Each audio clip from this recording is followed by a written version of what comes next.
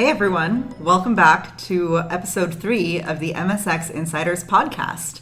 You've got your host, Sasha, along with my colleague, Jatine, and today we're going to be interviewing one of our classmates, Cayla Marvil. Before we dive in, we've spent a lot of time talking about our experiences here at Stanford from an academic perspective, from a personal perspective, but let's face it, we have so much fun here. And our episode today is a little delayed from last week because the three of us were in Las Vegas for, I think, less than 24 hours. Yeah, I mean, we were supposed to record our podcast pre-Vegas Foam. Yes. We could have faked it, but we didn't. And we're doing a retrospective on Vegas Foam. And it was an incredible experience. I was a last-minute planner. Sasha convinced me to join after my wife said she's going, and I felt a lot of FOMO for foam. No false alliteration there, but it was a great experience. I mean, about 400 of us took a flight on Tuesday evening to Las Vegas. We had some dinner. We spent the night partying from about 11 p.m. to 4 a.m. And then for the younger people, they take a flight back straight after the party. Yeah. And we didn't do that, right, Sasha? No, I don't think I can handle that at this age. And don't forget the 70s costumes. Yes. So Vegas Foam is a traditional GSB experience. It's typically a Tuesday night party because we don't have classes on Wednesdays, somewhere around campus, generally with a theme. And every spring, there's this trip that we all take to Las Vegas for the night. And it was such a fun experience. Yeah. I mean, definitely, I would say a once in a lifetime. But I'm glad to be back. I'm glad that I had a hotel to sleep in. And with that, I'll turn it over to Jatine to introduce our guest for today. Yeah, maybe just before we do that, let's just foam. People ask me, like, what is foam, right? It's actually the fellow or friends of R.J. Miller. And the R.J. Miller scholars, rather, are the top 10% of the MBA class. I believe so. So everybody else are their friends that party on a Tuesday night. Yep. So we're firmly in the friends category, I think.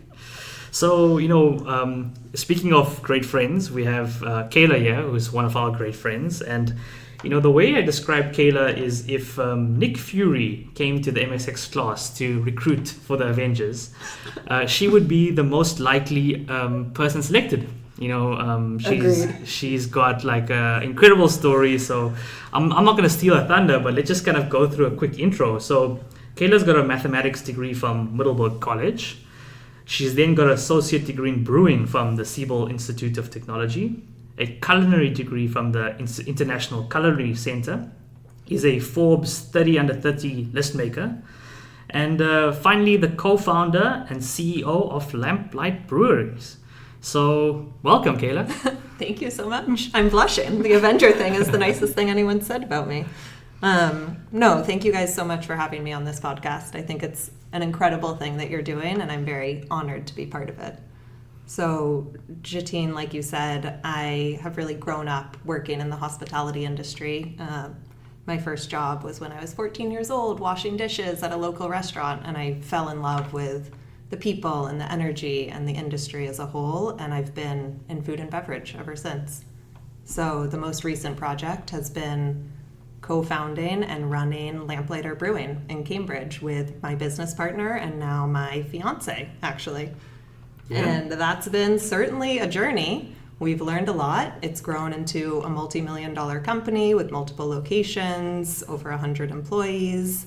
And a reason to come to Stanford is I found out how much I loved business and how much I still had left to learn to go make an impact on the world. Yeah, it's an incredible story, right? I mean, you're obviously coming into Stanford as a non-tech entrepreneur, and we're going to go into that. But let's kind of dial all the way back, right? You're doing a mathematics degree, you then do a little bit of culinary school, and then you end up starting a brewery. Just talk us through, that thinking from being a mathematician to being a brewer. Totally. It is kind of an interesting Venn diagram that does overlap, I promise. Yeah. So the math degree, in all honesty, I'm a big nerd. I love math. I got to college. I didn't really know what I wanted to do, didn't know what I wanted to study, and math was something I enjoyed. So I decided to pursue that as a major, and in a lot of ways, I'm not doing calculus on a day-to-day basis, but certainly it served me to have that familiarity with numbers and the safety with logic and being able to apply that into business and finance. And part of what I enjoy the most has been different budget setting, data, analytics, communicating with investors and the bank. And I think that strong math foundation has helped me achieve that. No, go for it, Cayla. You continue. The culinary school component, I just love food. Again, I love the industry. I think food is my love language in a lot of ways. We're friends. Yeah. I love cooking for people. I love eating and sharing meals with people. I think it's a universal thing that we all share, and there's so much connection to be had through food. So I knew whatever I did in my career and whatever I continue to do will be something based in that nourishment and that connection that we all share. And beer is kind of funny because, I don't know, I like beer too. Don't be all, right? Yeah. I was home brewing in college. I was dead broke. I needed cheap alcohol for me and my friends, so I started brewing it in my dorm room, and I really enjoyed doing that as well. So the entrepreneur journey just took off when I saw the business opportunity in Cambridge to open a brewery. Cayla, you're one of the few people who seem to be taking their hobby and making it their profession, and you can see the joy in your face as you describe your journey to brewing. One of the interesting things about Cayla is she lives in the same building as me across the road in Schwab, and she's turned her second bedroom into pretty much a mini restaurant, right? And she's hosted a few people. She's hosted Sasha and I for dinner. We've made dumplings over there, had some amazing pizzas. And don't forget her beer. Yeah, of course, right? She hosted us for a brewing event, and that just brings us all together, right? And I think food is such a central part of the MSX experience. And I guess, how has that shaped, how those dinners, etc., shaped your view on the Stanford community and building relationships, etc.? Totally. I think I recognized pretty early on that this was something I could offer to our community, and that was really exciting for me to be able to form connections and share a skill and a passion with other people, because everyone's bringing such diverse backgrounds and experiences and talents into this program, and this was mine, and it's fun, and hopefully people have enjoyed it. And you're right, I turned half of my room into an entertainment space because I love hosting dinner parties and having people over, and that's been a huge way to find connection and community here. And now, if we take it back to the business, right? You obviously at Stanford, you're doing a bunch of entrepreneurial courses, business courses, and you've got the benefit of having built a business up from scratch and now taking a step back and looking at it from a completely different perspective. If you look at the lessons you learned here at the business school, what would you have done differently in the business, if you had done Stanford prior to building the brewery? That's a really interesting question. Certainly a lot. I've learned so much here, both hard skills and soft skills, and I think I don't regret anything that we've done at the brewery. I think there's huge value in failing and iterating and learning on the fly. But the one that immediately jumps to mind is how many amazing mentors, advisors, peers, just the community that Stanford offers that I now can rely on for advice in different situations. So I think early on in the brewery, we really didn't have a ton of people to sound ideas who had done this before, etc. Whereas now, between our professors and our classmates, no matter what problem I run into, I have people who I can call who they're maybe dealt with it before, or they're going to have really insightful advice. So that would be huge in building the next venture. I remember this time, I think early in, the organizational behavior class, and you had like your operations executive resign or something like that. And I remember saying, hey, let me chat to Frank Flynn and find out what his take is on it, right? And I remember sitting in class next to Cayla doing some economics, what do we call them, problem sets in class. And thinking about how that would apply to the brewery. And then she had her kind of dashboard for a brewery on the same screen. I was like, wow, Cayla is badass. She's got a lot on her plate at this point in time. So. And I know you're getting a lot out of our current class MGE as well, right? Exactly. It's wild. I feel like every day I'm sending an email to someone at the brewery being like, guys, have we thought about this? Let's do this. I'm sure our whole staff is like, dear God, leave us alone. But it's true. It's been very valuable. And obviously AC, your partner, is still involved in the business. How does he interact with you in terms of your suggestions and the kind of bright sparks you picked up here at Stanford? I have to be diplomatic. No, he's wonderful about it. He's actually in a program at MIT at the same time, so that's been really nice as well, because we can talk to each other about all these things we're learning, and it helps me reflect. I think it helps me cement a lot of the ideas as well. And the one interesting thing about you, Cayla, is you have a non-tech business experience here in Silicon Valley, which is extremely tech focused. Everything around us is generative AI. It's about how to leverage that in your business. But how did you feel about bringing your entrepreneurial experience here as a non-tech founder, and what's been challenging, and what have you found that's really worked for you in that space? Sure. So I truthfully don't think I thought about it much at all that I was a non-tech founder coming in. I think Silicon Valley and the Bay Area in general has so much innovation happening beyond just tech. And so a lot of that is in food innovation, which is really cool. And what I'm really interested in next is alternative proteins and cultivated meat, which maybe we can talk about later on, but that's really happening in this ecosystem. So that was super exciting to me to come to Stanford for that reason. But I also think I chose the Stanford Business School because I liked the people first aspect, the leading with empathy component. Yep. And that's something I've really tried to do over my professional career. So that's what spoke to me about this program, not necessarily Silicon Valley tech, et cetera. Yeah, we were just chatting right before recording this about the famous touchy-feely class, which I think Jatine and I should probably spend an entire episode on that. But I think that is one of the sort of core courses, quote unquote, that teaches us how to be empathetic leaders. And I think that's what makes Stanford kind of stand out as well. I resonate with that. Yeah, it's we're just coming off the retreat there, and it's an amazing process. And I guess, if you look at the environment that you're in, your fellow entrepreneurs, I'm sure it's such a rich testing ground for learning from some other people that have built businesses. And, the class has so much experience there. I mean, just talk us through some of the ideas you've exchanged with your fellow entrepreneurs that have gone through this journey. And, what's that community like in terms of former founders like in the class?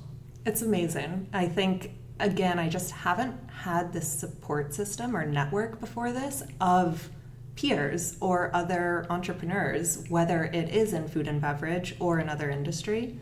And so to talk through, maybe it's needing to fire an employee or having a really difficult conversation with our team, or things they've dealt with and the pressure of being on top and being in this position, it's really refreshing to have those conversations and to speak honestly and openly about it.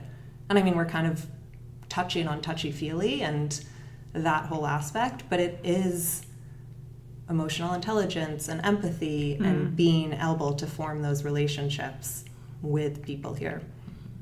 Yeah, the network is incredibly powerful. I mean, it just gives you access to so many people. Like if one person meets 5 people and we've got 70 people doing that, it just gives you a whole range of possibilities, which I found incredibly powerful for, hopefully our next step. So, I mean, I'm going to hand over to Sasha to mix it up a little bit because, I mean, we haven't really touched on the reason why Cayla is potentially an Avenger. Exactly. I think a very big part of your personality, from what I've learned over the last couple of months, is this whole aspect of loving adventure.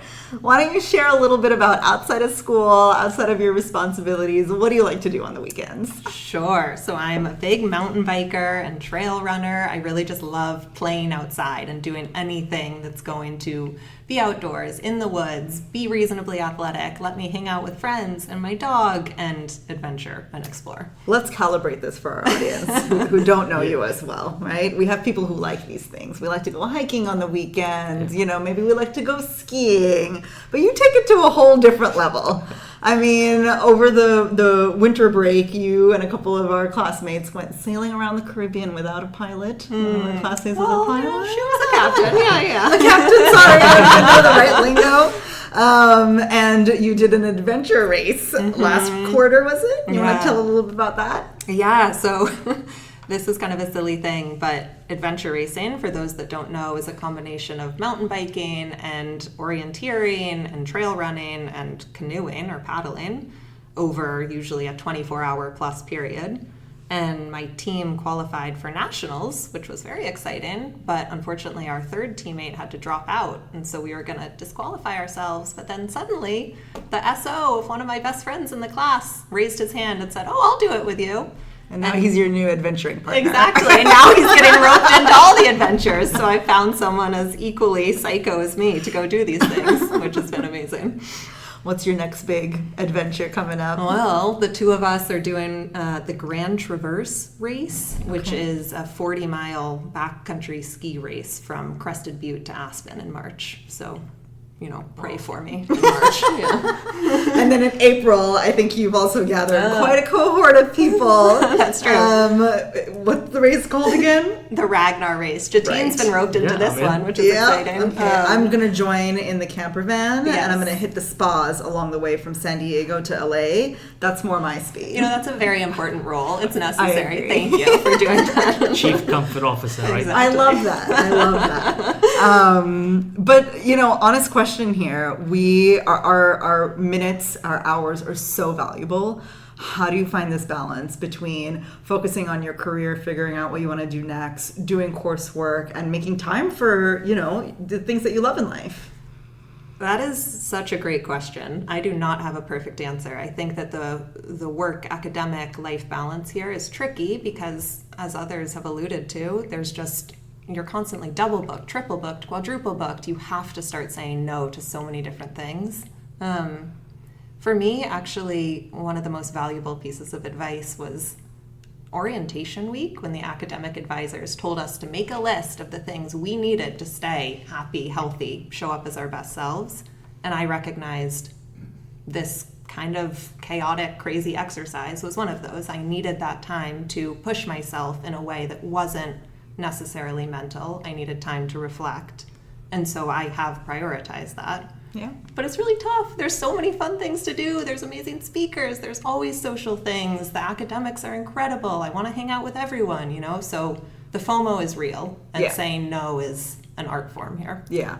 I'm sure it does help, though, that you've also found, within the MSX cohort, your community of people that also enjoy those kind of activities, right? Absolutely. Merit is, also, maybe Miss Marvel number 2, so I think that definitely helps to find sort of like-minded people that enjoy your same and similar passions. It's so true. And that is a really big component of it. I don't like doing this stuff individually. Mm-hmm. The adventure racing is a team sport. These trips have been team, the Ragnar things. I love the camaraderie that comes from it. And I think it's actually applicable to business and leadership. Absolutely. So maybe switching gears a little bit more into your personal life. So we've talked about AC. You guys got engaged during the program. Woo-hoo! Congratulations. Thank you. It's been great because we have a couple of couples that got engaged during our time here. So we're excited to celebrate with everybody in a couple of weeks. Milking the engagement parties. It's been great. But you also mentioned AC is currently doing his own program at MIT. And which is obviously in Boston, all the way across the country. And you guys had, 2 dogs, and you've brought one of them here with you, the lovely Noodles. You want to talk a little bit about how you balance your own personal relationships as well? Totally. So AC and I have been together 11 years, and this is the first time we've ever done long distance. So that's been tricky to navigate, but there are others here in that situation, and so having them as a resource and someone to talk to is really nice. And I think in a lot of ways it's been amazing for us because we've been able to create new relationships and pursue passions, and then again connect on the phone each day and talk about what we did, be really excited for each other. So it's definitely, bittersweet, but had its positives. But Noodles, the other love of my life, my Bernedoodle, is here with me as my emotional support animal. And okay, I will say you have to have a registered ESA to have them live in the dorms with you. And at first I was a little like, oh, am I gaming this system? I don't know. But you genuinely need emotional support here. And he is an emotional support buddy. I mean, there's nothing better than showing back up after a long day of classes to Noodles at the door, tail wagging, so excited to see me. It's like, oh, my heart. When AC was here for a couple of weeks, I think I saw Noodles, and I spotted Noodles on the GSB campus more than I saw you. He is a mini celebrity. It was the highlight of my day. Yes. I would say that. I resonate, definitely. Definitely. I want to touch a little bit on sort of being active within the GSB community. You are part of the Women in Management, otherwise known as the WIM organization, and you're our MSX liaison. You want to talk a little bit about your involvement there and what really, WIM is trying to do? Totally. So WIM is the biggest club at the GSB, actually, and it's supporting women in management. So there's all sorts of different programming, from small group dinners to the annual banquet, the annual retreat, to help women further education or support our resources at the GSB. And the MSX liaison role is essentially helping the WIM leadership and how can they connect with the MSX more? How can we get the programming also to our cohort? And it's been amazing because I've been able to meet MBAs that I wouldn't have otherwise met and get involved in a leadership role and programming of what I think is an amazing organization and a cause I feel very passionate about. Yeah, I think that's one of the greatest benefits or legacies I think that the prior MSX Student Association left for us was making sure that there are MSX voices across all of the student organizations and as part of the leadership teams. And I think that helps us build a better sense of community and integration with the MBAs, but it also allows our voices and our priorities and challenges to be heard in the broader community. So I think that's wonderful, and you're just the perfect person to do that. Thank you. Yeah, I mean, it just shows there's a lot going on at Stanford outside of the academic experience, the community. And Cayla, you're a great example of how you balance it all and have fun at the same time, because I think it can get really exhausting at times. Obviously we've been talking about the great elements about the program, but it gets challenging at times, and it's you're doing a lot of things and you're trying to balance your academics and hand in assignments and go for leadership meetings and try and figure out what you're doing next, and it can get overwhelming at times. And I think having these pillars of stability that you have makes everyone feel like, hey, they can do it as well, right? And I think it's a big community element to finding this work-life balance, or what do you call it, student life fun balance. And it's challenging, right? I think we're all at the end of the quarter now, and we can feel that we're looking forward to our break in 2 weeks' time. So exactly. What are you up to on the break, Cayla? Oh, I am going to Tulum, Mexico, to go wedding venue scouting with AC. Yay. So pretty fun. And then to Colorado to do this ski race I was alluding to. Yeah, a little relaxation, a little hectic Exactly. You both are off to Japan, right? I'm not. I'm going to actually hang out in LA. I haven't spent enough time doing California properly, so I'm going to just enjoy my time here on the West Coast. And Sasha's off to Japan, right? I'm off to Japan for about 10 days. I think there's about 20 of us going. Wow. With quite a varied itinerary, from people doing skiing in the northern part of Japan. A bunch of us are meeting in Tokyo and in Kyoto. I'm just excited to do some shopping and eating and being in a proper city. But it'll be good. Checking out the spas as well, right? Oh, yeah. We're doing an onsen. Yeah, for sure. Definitely wouldn't miss that. But we're going to come back, and it's going to be our last quarter. I think you and I were chatting on our walk last night about how we want to still balance the fun. Mm-hmm. We want to make sure that we make time for fun, and I think that's where we also build that sense of community and honestly just great memories. 100% agree. So all of us are registering for our classes starting today, and we're keeping that in mind so that we make some time for fun. Exactly. No, I was looking at the courses yesterday, and I was debating whether I do a computer science course. And I was like, do I want to spend time working really hard and doing things that I've done before but at Stanford, or do I just want to enjoy the experience? And I think that's going to be the balance over the next quarter of savoring the moment, right? Exactly. Making sure we spend time with each other and get the best that Stanford can offer at the same time, right? So it's a little bit bittersweet that we almost the last quarter, and I think we'll take a break from the podcast for 2 weeks and return in April, in the spring quarter, right? Yeah. Wow. So speaking of the future, you mentioned a little bit about kind of the area that you want to focus on. You want to talk a little bit more about that? Yeah, absolutely. So to preface, I did not come to Stanford really having any idea what I wanted to do next. I figured it would be in food and was very interested in making a positive impact on food systems and figuring out how to do that. But this has really been quite the journey of exploration over the past 8 months.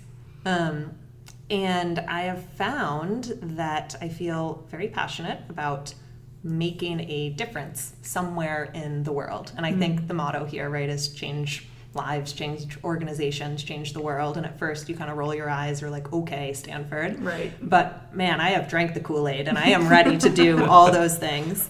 And the way that I think I can have the biggest impact is in this field of alternative proteins and cultivated meat. So I am really concerned with the global warming effects of livestock, so the climate impact of meat, also the ethical concerns of the people working in this industry, and of course the humane nature, the animals themselves, right? Mm-hmm. This is really problematic. But I also don't think that we're going to find a solution in just Beyond Meat and Impossible Meat and mm-hmm. plant substitutes. I think we need to pivot the way that we produce actual meat. Mm-hmm.